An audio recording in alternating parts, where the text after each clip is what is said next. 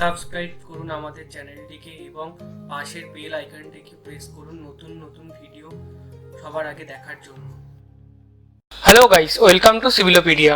আমরা যখন ছোটবেলায় কোনো খেলনা বা কোনো কিছু নিয়ে খেলা করতাম, তখন যদি সেটা ভেঙে যেত অথবা সেটার কোনো ক্ষতি হতো, তাহলে আমরা চিন্তা করতাম যে এটা যদি লোহার তৈরি হতো তাহলে এটা অনেক শক্ত হতো অথবা অনেক মজবুত হতো, যার ফলে এটা ভাঙতো না।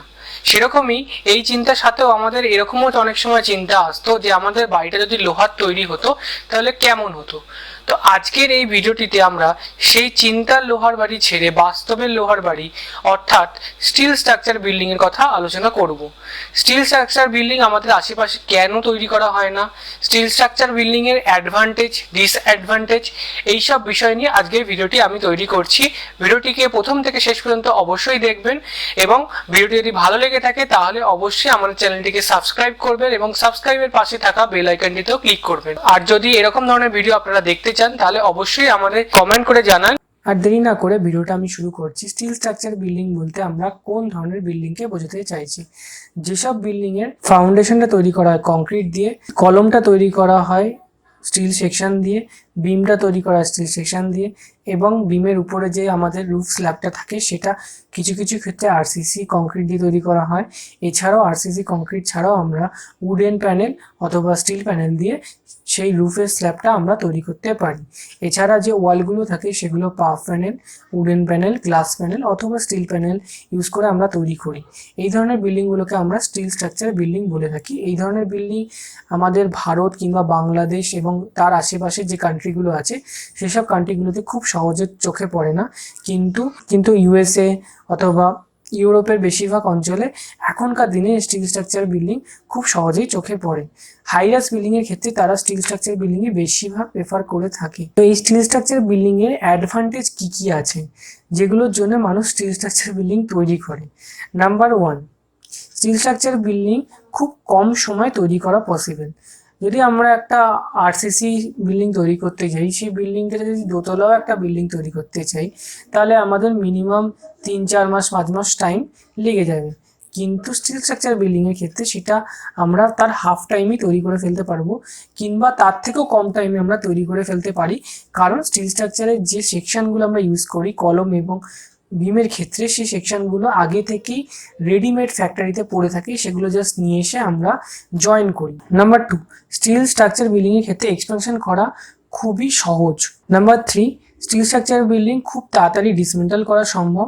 যদি কোনো জায়গায় আমাদের স্টিল স্ট্রাকচার বিল্ডিং করা রয়েছে, বিল্ডিংটার আর কোনো দরকার নেই, তাহলে সেটা খুব তাড়াতাড়ি আমরা ডিসমেন্টাল করে সেই জায়গাটা ফাঁকা করে দিতে পারি। নাম্বার 4, স্টিল স্ট্রাকচার বিল্ডিং এ যেহেতু আমরা কলম এবং বিমের মধ্যে স্টিল সেকশন ইউজ করছি, সেই জন্য এই স্টিল সেকশনগুলো বিল্ডিংটাকে এক্সট্রা ফ্লেক্সিবিলিটি প্রদান করে, যার ফলে যখন এক্সটার্নাল লোড যেমন হচ্ছে সিসমিক এবং উইন্ড লোড এই বিল্ডিংগুলোর উপর অ্যাক্ট করে, তখন বিল্ডিংগুলোর মধ্যে কোনো ক্র্যাক ফর্ম করে না। বিল্ডিংগুলো কিছুটা পরিমাণে বেঁকে যেতে পারে, বেঁকে গিয়ে আবার যখন লোডটা চলে যায় তখন আবার নিজের পজিশনে চলে আসে।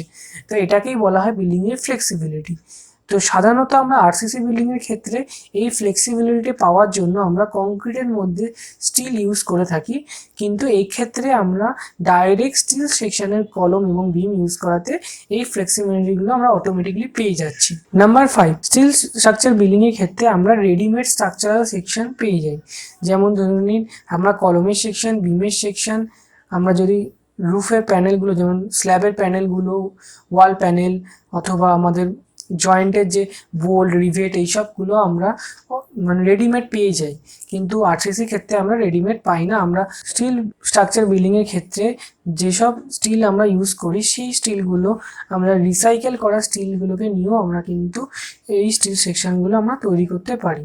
অথবা যদি স্টিল স্ট্রাকচার বিল্ডিং কোনো তৈরি হয়ে থাকে, সেই বিল্ডিংটা যদি আমাদের দরকার না থাকে, সেটা যদি আমরা ডিসমেন্টাল করি, তো সেই ডিসমেন্টাল করা যেসব অবশিষ্টাংশ থাকবে সেই অবশিষ্টাংশগুলোকে আমরা রিসাইকেল করে আবার নতুন বিল্ডিং তৈরি করতে পারবো। নাম্বার 7, স্টিল স্ট্রাকচার বিল্ডিং এর ক্ষেত্রে আমাদের মাল্টিপল জয়েন্টের অপশন আছে।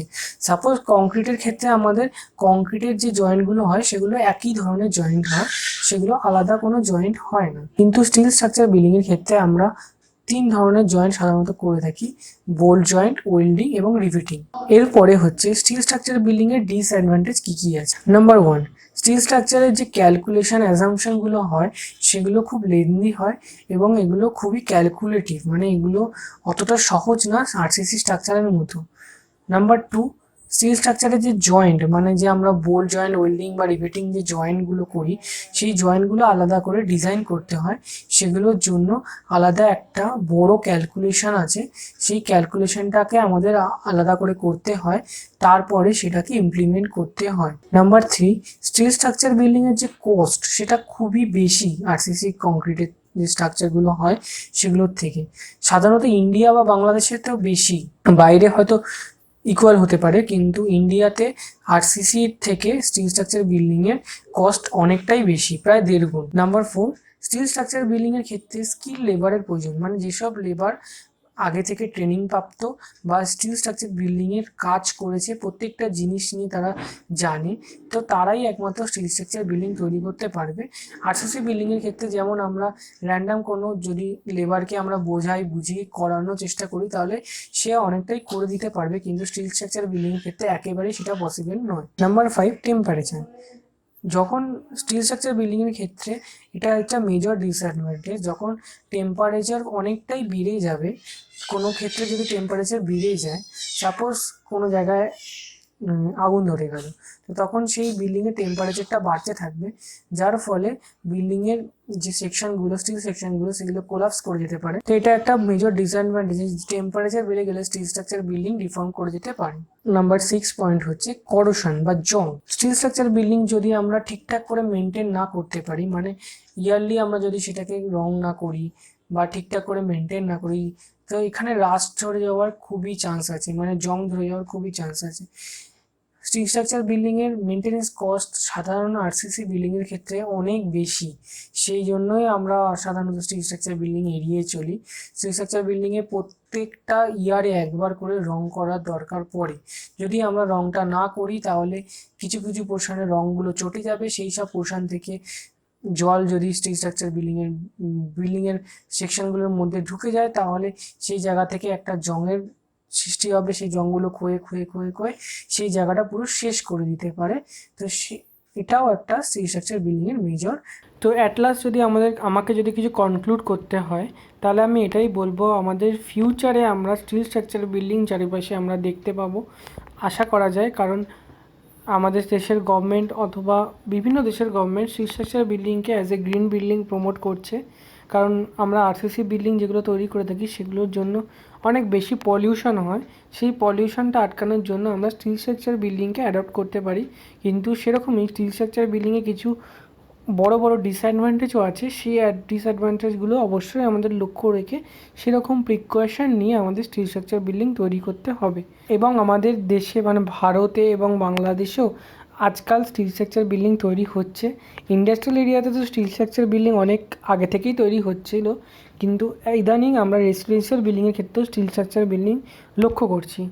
ভিডিওটি যদি আপনাদের ভালো লেগে থাকে তাহলে অবশ্যই আমাদের